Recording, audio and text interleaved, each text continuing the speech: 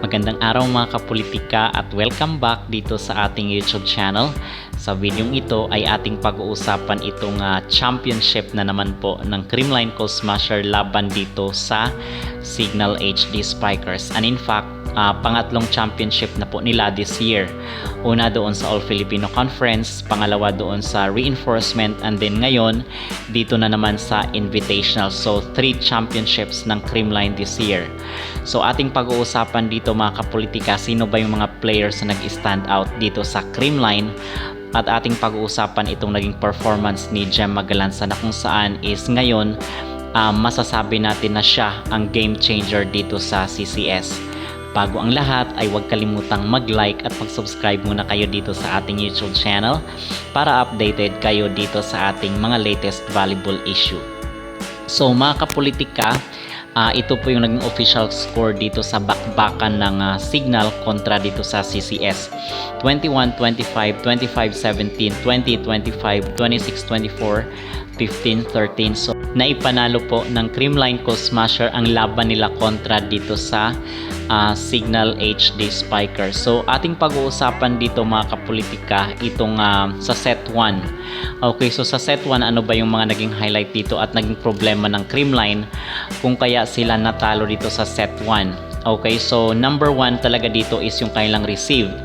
At nakikita nga natin dito na bantay sarado na itong si Erica, at the same time itong sila si Pons, si Bernadette Pons. So medyo tambak dito at sinubukan nilang humabol doon sa latter part, but nag-set point na itong Signal. Okay, so dito is hindi maganda ang receive at passing ng Creamline Coal Smasher sa set 1.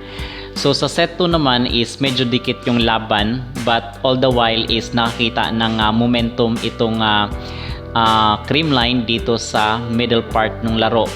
Okay, and the reason dito talaga bakit natambakan itong Signal kasi yung naging score is 25-17. Yung talagang nagpabagsak dito sa Signal sa set 2 ay itong mga receive ni Vanny Gandler. Okay, and actually na-mention natin ito doon sa ating previous vlog na ito rin yung naging problema doon sa bakbakan nila doon sa versus Kurashiki, itong si Vanny Gandler na kung saan is mahirap pa at hindi pa masyadong na-connecta dito sa kanyang team. Okay, so dito naman sa third set is nanalo itong Signal. Okay, so ang talagang naging problema dito ng Creamline sa third set mga kapolitika ay itong si Gumabaw. Okay, and base nga doon sa mga comment ay talagang pinapalabas na ng mga netizen itong si Gumabaw dahil medyo off yung laro, at idagdag mo pa na medyo nagko-commit siya ng mga errors dito sa third set. Okay, so dito mga kapolitika is all throughout nakita natin yung performance ni Don Macandili na talagang kung wala itong si Don Macandili at wala itong kanyang mga floor defense ay siguro hindi umabot ng 5 set yung laro at naipanalo na ng Creamline yung kanilang final round dito sa naganap na PVL Invitational.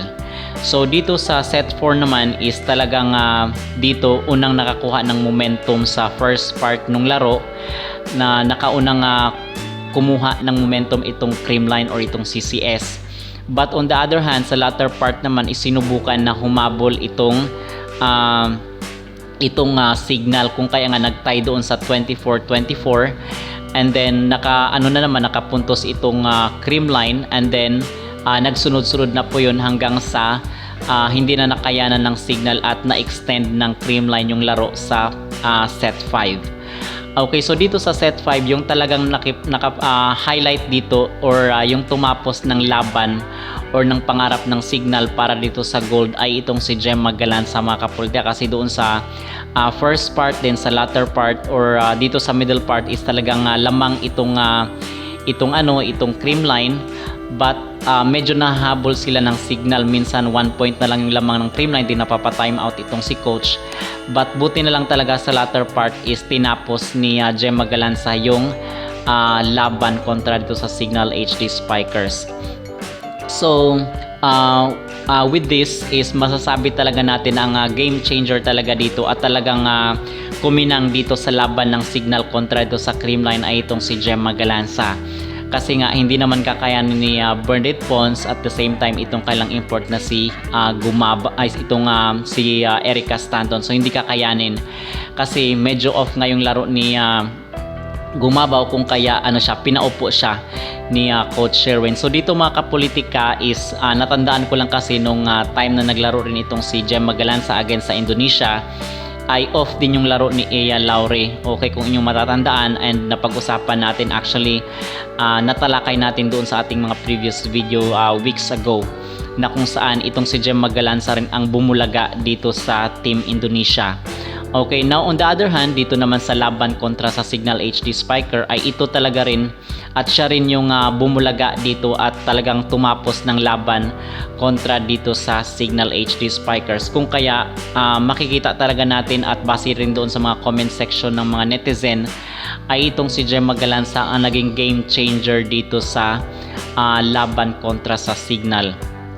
Okay, so mga kapolitika, on the other hand naman dito sa side ng Signal HD Spiker is gusto ko ring i-appreciate especially yung naging effort ni MJ Perez, kasi nga gigil na gigil at talagang gusto nga talaga uhaw na uhaw sa gold itong Signal, kasi ever since itong Creamline ay talagang karibal nila. Okay, at mahigpit nila nakatunggali dito sa mga championship, dito sa semis, sa finals. Talagang sila yung nagkakasumpaki dito sa mga round na ito. But ngayon is nag-cross na naman itong kailang mga landas.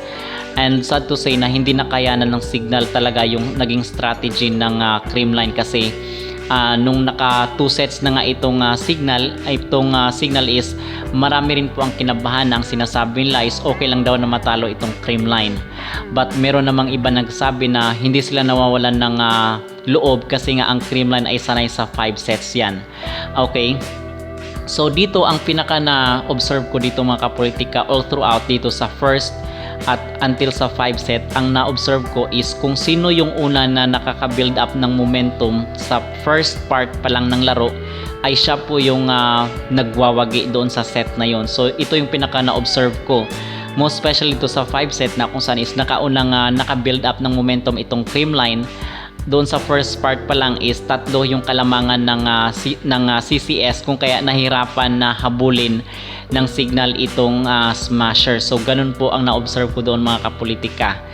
Okay, and on the other hand naman is gusto ko ring appreciate of course itong naging performance ni Don Macandili, kasi sa tingin natin kung wala itong si Macandili is baka 4 set lang or 3 sets lang itong laro nila kontra sa Signal.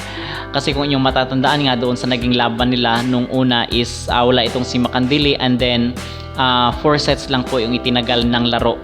Okay, but ngayon kasi is factor itong andito si Macandili, but si Gandler, although dito si Gandler is hindi siya nakapagbigay ng difference dito sa kanyang team. Okay, so yun po ang ating naobserbahan dito mga kapolitika, and grabe talaga itong naging achievement ngayon ng Creamline. This year pa lang is nasa pangatlo na po nila na championship, and officially is natapos na po yung PVL Invitational, and mag-resume po itong PVL I think next month mga kapolitika, or sa November, but ang sinasabi nila doon sa website ng PVL is next month po magre-return itong PVL. So magbibigay po tayo ng update dito mga kapolitika, but so far ito po yung naging resulta ngayon ng laro.